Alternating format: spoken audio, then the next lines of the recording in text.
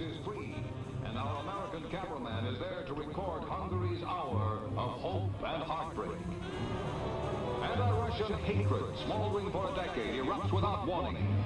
The flames of liberty and revenge against tyranny leap high. A 16-year-old girl risks her life to remove the despised symbol of Russian enslavement.